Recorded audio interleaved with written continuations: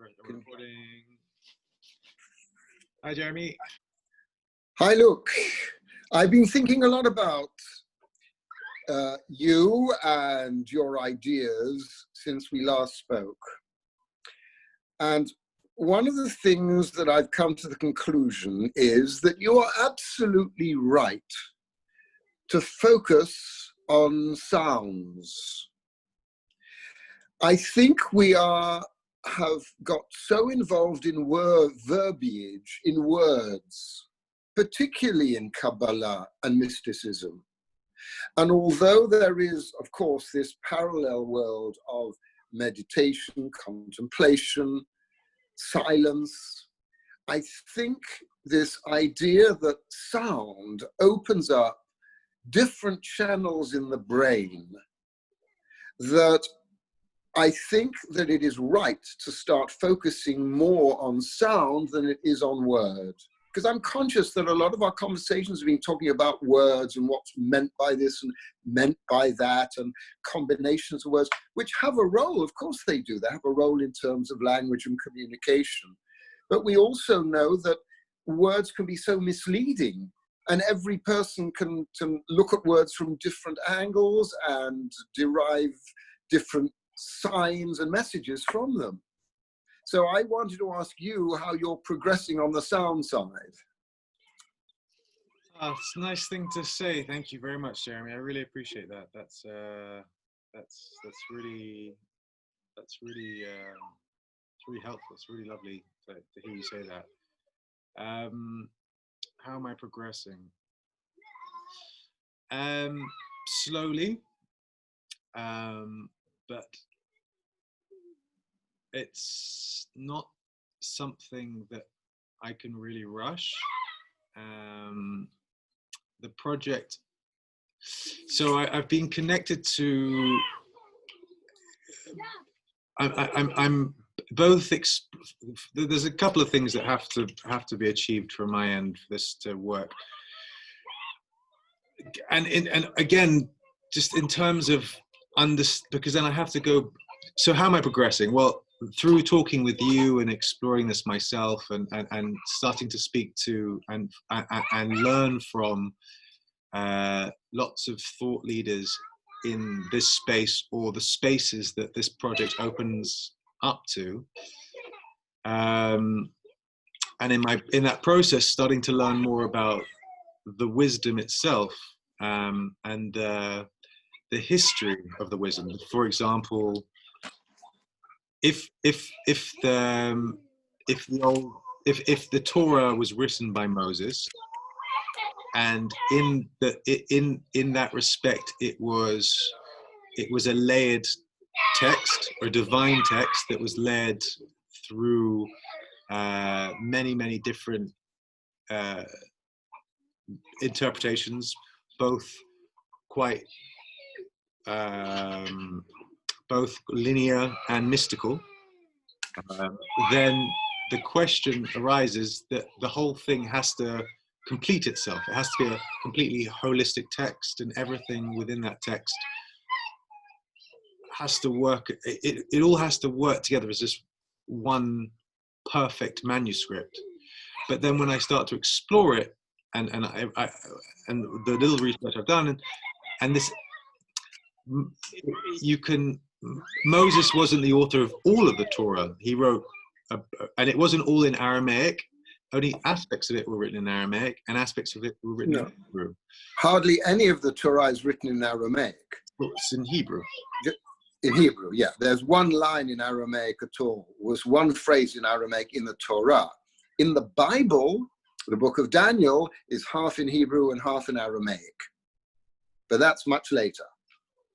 So my thinking is always about deconstructing, because I'm trying to validate my hypothesis, because if it's a divine text, and what do we mean by divine? That it was somehow channeled, it was given to us through it's not something of man, it's something beyond man that has come through man, and that's why we use this as a framework that we can build our life out of. And it's not just a a book on morality or law or practice, but it's got something much richer. And again, trying to make sense of my connection, which is purely experiential, that I feel it. So I'm like, well, I have this tremendous, I feel this tremendous energy, and I'm aligned with this process, which I feel an internal transformation, internal cleansing, and my life somehow is falling into place through completely aligning with this practice. And I want to share that process with other people, because I think it's a great framework for other people to align themselves with. But that's a very tricky thing to say to anyone. And if I ever present that idea to people, then they immediately, lots of red flags come up, alarm bells come up, and think I'm either trying to talk about a religious document, and then they think I'm trying to convert them to a religious practice, or I'm some fanatic. They think that maybe I'm a fanatic Jewish evangelist. That's also because I think you're going around it in the wrong way. I think you're going around it by presenting the Torah as a kind of a perfect entity in terms that we understand, in terms of talking about who wrote it, how much they wrote, how much they didn't write. These are all analytical, intellectual approaches to Torah. If one looks instead of something as being a document of experience, then one can, in a sense, move away from the technicalities of what is law, what is not law, what is a religious obligation, what is not a religious obligation. You can focus instead on this whole idea of experience, which is actually how God describes himself in saying, I am what I am. This is an experience. We don't start breaking it down technologically into when was it written, who wrote it, how much did they write, and issues of this kind, because then that becomes involved with the question of religion, religious dogma, and so forth. Whereas we want to focus in terms of experience, in terms of something that connects with our brain. And I don't know if you've come across this kind of modular brain theory, the theory of mind. There are various people who have written books about it, essentially, which talks about the different elements within our mind that function in parallel, independently, interconnecting all the time. And one of those is linguistic, but, you know, others, as we mentioned before, is artistic, visual, and sound, and so forth and so on. The trouble is the Torah has such a package and history associated with it, as does Judaism, such a package associated with it, that I think one needs to talk about a phenomenon. And this phenomenon that we call Torah is a phenomenon that is designed to create a connection between our experience and the broader experience. So if one talks in those terms, which is again one of the reasons why I think music is so beneficial, because it doesn't get involved in that question of who wrote what. So it's a question of where do you begin? Don't begin with this text, divine, Moses composed it, and it has secrets in it. I would rather say, just listen to the music. Just listen and open up a part of your brain to a way of experiencing the world. And that avoids some of the baggage that when you approach people the way one does, they're automatically turned off. You know, I remember when I was at Cambridge, and I was in a class with Eric Idle of Monty Python, right? And we had conversations. On one occasion, we were talking about the value of taking a break from society, yeah? And you know, sort of being able to pull back. And I said, you know, that's just what the idea of Shabbat is in the Torah. And his immediate reaction is, oh, stop, I don't want to hear about religion. Get off me. If I'd have just talked about a break, you know, like Steve Jobs says, you know, having a break and said, and don't look at your screen all the time, have a break from it, people are going to be more open to it. So that's why, you know, when I'm talking about these issues, I prefer to come in circumlocutory in a way that doesn't hit them on a religious level because of the baggage. And I think actually the Kabbalah Center managed to achieve that pretty well. I don't think well enough, but you know, that was the thing that Rabbi Berg was focusing on. How do I present this in a way that removes some of the baggage?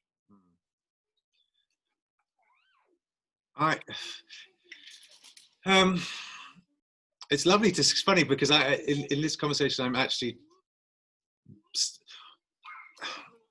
where am I in the process? Well, I'm speaking to specialists who work in AI, because the idea for me would be to build an AI algorithm, a tool that we can program to identify the patterns, the codes, and use some kind of machine learning software to first what we have to do is, I'm speaking to some key people who are looking at how to translate the Hebrew letters into its direct corresponding frequency.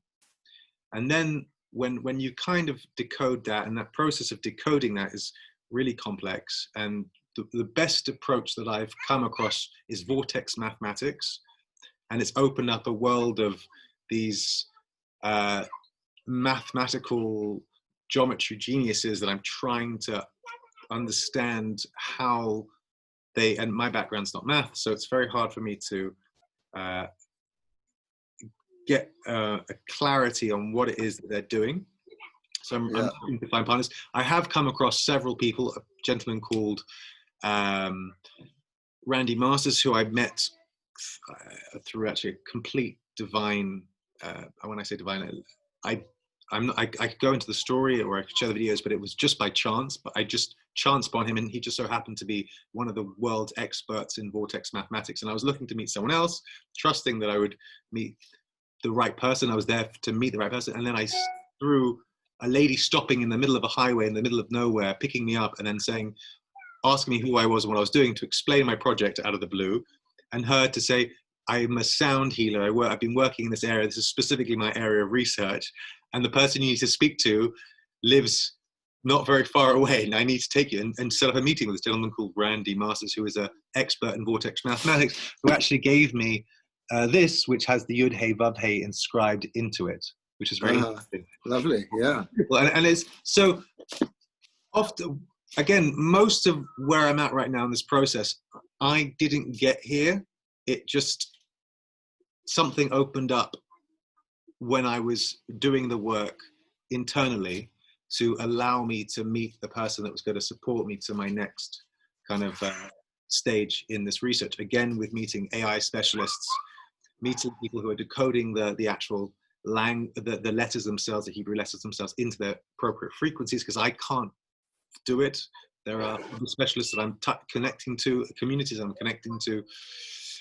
And then once we've kind of, I have already a breakdown of the pitch frequencies for the letters that someone by chance had already decoded. I haven't qualified the actual research yet to say these are the exact frequencies, because the person, in the same way he appeared, he's just disappeared, and I've never seen it. I don't know where he's gone. I can't reach this person. However, he gave me, and I'm happy to share this information with you, all of his research, which was specifically on decoding the Hebrew letters and their pitch frequencies and sub-frequencies, and their corresponding colors and their corresponding chakras that they worked on. And out of the blue. And it's amazing. Although there's a caveat here, and the caveat is there are so many different ways of pronouncing so many of the Hebrew letters. That's why because there are so many ways to pronounce it, it's key that the key themselves is in the geometry, which is embedded within the design of the Hebrew. But when my mind intellectually kicks in and tries to understand how that can work, immediately it takes me down the intellectual thought process of how was this Torah written, who wrote it, how is it given, how does that make any sense? And then I'm trying to understand how my intuition even makes any sense, and then I go back to the simplicity of the Yud He Vav He being the Tetragrammaton, being the name of God, being also the flower of life. And with that, if we look at cymatics, we see that that is the blueprint for all of the geometries, for all of sound, and for all of light. Now, there's other brilliant minds who I'm following, a gentleman called Robert Grant, who today I was watching a video how he was directly saying that light is sound, and he's got the mathematical equations, and he calls himself the modern Da Vinci. He's the real Da Vinci Code, so the story of actually decoding all of these secrets that Michelangelo had in all his paintings, and all relating back to, again, this image that you find everywhere that Leonardo da Vinci was obsessed by, which is the flower of life, which for me is the name of God, which is the Tetragrammaton. So everything is in, if I go back to the simplicity of it, it's all there. And all of the Hebrew letters, and not just Hebrew, but again, Sanskrit, and again, Ruan. So there's these light languages, these languages that are based on sound, that have this, that create this experience. And when you sit in the presence of it and you switch off your mind and you feel it, you know it by experience.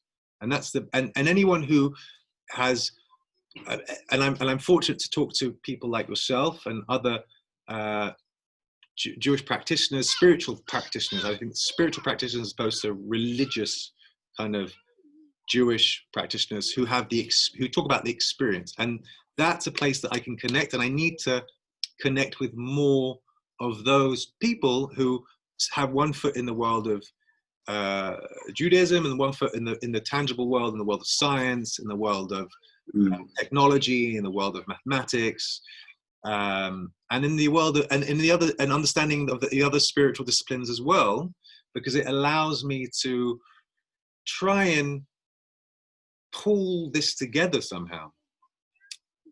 But again, yes. Yeah, so and right now my focus is on getting funds to do the research, R&D, to research and develop this process, and to start building a project where we can do some tests with passages from the Torah, and to see when we apply these direct frequencies and we apply a machine learning algorithm to the Torah, we're able to play directly back from the passages a musical harmony, but to find the musical harmonies in it, because it might not be so straightforward. It might be coded within the text, and I need to delve deeper into that process once we've translated a few sections. And there's another gentleman called Steve Reese who has actually done some work with the Book of Numbers, and that was something that was from the time of King David. And he plays the passage. He's actually decoded that passage into music directly, and he plays it on a harp. But it wasn't. I'm happy to share his work with you, because it's all on. You can watch it on YouTube, and it plays beautifully. But it was coded. He had to go through a process of working with harmonics and mathematics to find the music within the document, and then within the Torah. And then the other aspect is also, maybe it's not music directly, maybe it doesn't play perfectly as perfect pitch music. So I don't know what the results are going to be, but what I would like to do is give people that direct experience that yourself has, and someone like myself has connected to, that is so transformative, that supports all those other aspects of our daily life, the work that we do, the relationships we have, and the community we exist in, the health that we can be blessed with. it supports all those things. I'm not saying it's a perfect, but it's to be encapsulated in that energy or in that light as I experience it, saved my life and has transformed my reality and taken me from walking a particular path to walking this path. And it's all, on top of that, I can only ascribe all the things that happen in my life as blessings and miracles that can only have come from doing this work. And had I not had this structure or this support, I don't think I would be, I'm not saying my life is perfect in any sense of the word, but I feel that I'm very blessed, and that has come from walking a particular path that's connected to the experience of being in the presence of the Torah, the spoken, the oral traditions of the Torah. But it's not even words, it's sounds, it's the vibrations that come through the letters that alchemize my reality as it was intended. So again, my process and I'm happy to, if you want to delve into this part of the work that I'm doing, and I would love you to be, you are my mentor already because we have these conversations weekly, but I'd love you to get very involved in this project and explore it with me and try and help me bring this project to life, because having someone like yourself who aligns with what I'm saying, who believes in what I'm trying to do is huge. It's huge. Yeah. So there's a lot of emotionally, of course, I'd love to. The only thing I have to tell you is that mathematically, I am such a total washout. I am so scared of anything numerate, thanks to years of terrible mathematical teaching. But what you do have is you are a bridge between the worlds. We don't need to be the experts at math. We need to inspire people who are experts in math to come on board and try to say there is value in doing this work. This is a really important project that can bring a huge amount of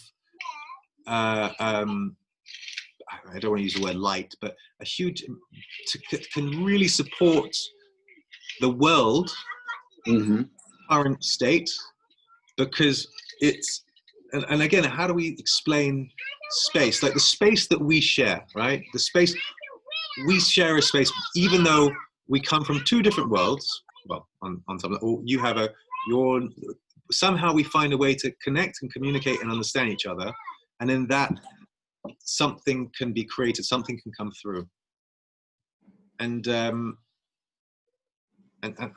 that's all I know, really. I'm just moving in that direction and trying to inspire different people in this process, and finding other people who are doing this work, and it's just keep going, really.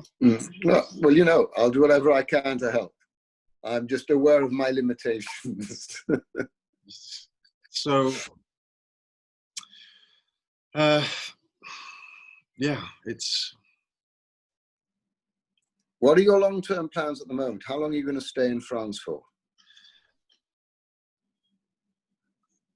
Well, I work with. I'm joining an incubator accelerator. So there's Unicorn is the largest rural incubator in the world, and they're looking to bring a lot of these startup companies from Silicon Valley, from Berlin, from London, from Paris, who no longer want to be in the hectic kind of hustle and bustle of city life, and want to to go through a process of ideation in a place like this, where they're supported in building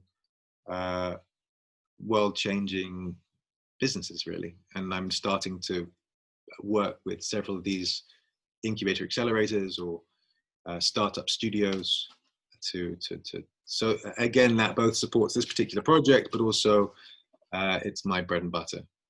All right. So this is your base. It's just an escape from the plague. This is your I moved here. base? I moved here. I didn't, you know, I broke up with my fiance last year in September. I decided that I should, you know, I didn't feel that we should walk the path together because we were going in different directions. I had a sense that I needed to keep with this project Soulingua, which is my, I feel my, if I was to give myself, just ascribe myself a purpose in life, it's to bring this project to the world. Don't know what it's going to, I don't know how that's going to unfold, but that's what I feel is my purpose. And I just felt that this was the place I needed to be, and I came here, and then the plague happened. I was like, well, I guess I'm in the right place to be when the plague happened. Yeah. So it just all was a bit like, and then this last 3-4 months, I've had this chance to deepen into this research, and then by chance, the largest incubator accelerator was here, and the person I was previously working for when I was in New York. So I saw you in New York. Is it recently? You did. Yeah. So I was in New York, and then I went to LA. Then the plague, and the person I was in New York for was just so happened to be setting up a new business with a guy who lives down the road here, who's building the largest incubator accelerator for startups. And now we're going to work together, and it just kind of perfect. I was like, well, yeah. And we're going to work on a project, which is I would say is, if I was going to build my own business,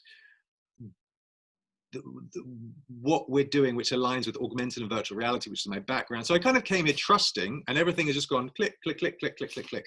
Amazing, isn't it? Yeah.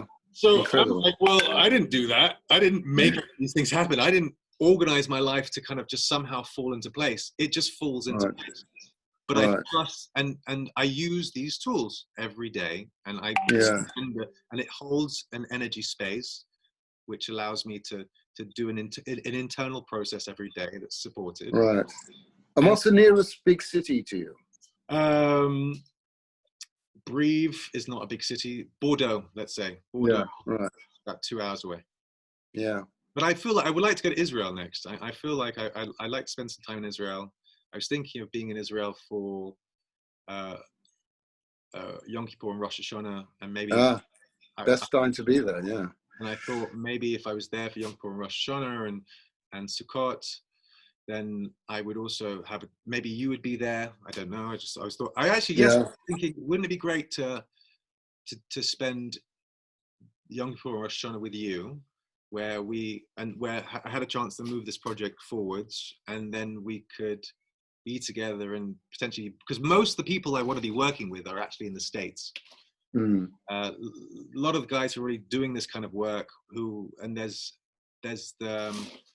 there are groups of people dedicated to pushing this conversation forwards. Now, this conversation isn't exclusively the Torah. It's just my entry point is the Torah. It actually connects to all the other spiritual practices that are in the world, actually. And actually, by validating this model, it's also validating many other models that I'd have to, like, there's to do with sound, music, the human kind of how to align with your best potential. And there's a guy called Nassim Haramein who's focused on quantum physics, and there's lots of special. For me, it just feels like that all these wonderful people are doing work that's connected, but in their own specialism, and the process is bringing all these amazing people together.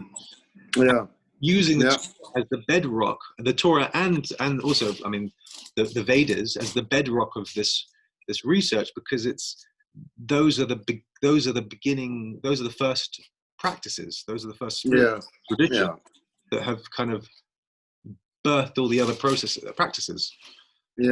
In those traditions that I think will find the keys to the human story. Well, I think, they were nearer to the source than we are. We're removed, and these have all gone through different phases. All cultures have gone through phases of agglomeration, evolution, but also picking a lot of crap on the way. So it's like peeling that back to go to the origin.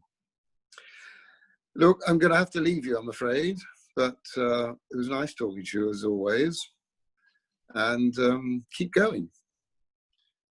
Okay, well, let me know when we have our next conversation. I thank you for this chat. I really appreciate it. I look forward to speaking to you soon. Okay, take care. I'll be in touch. Bye.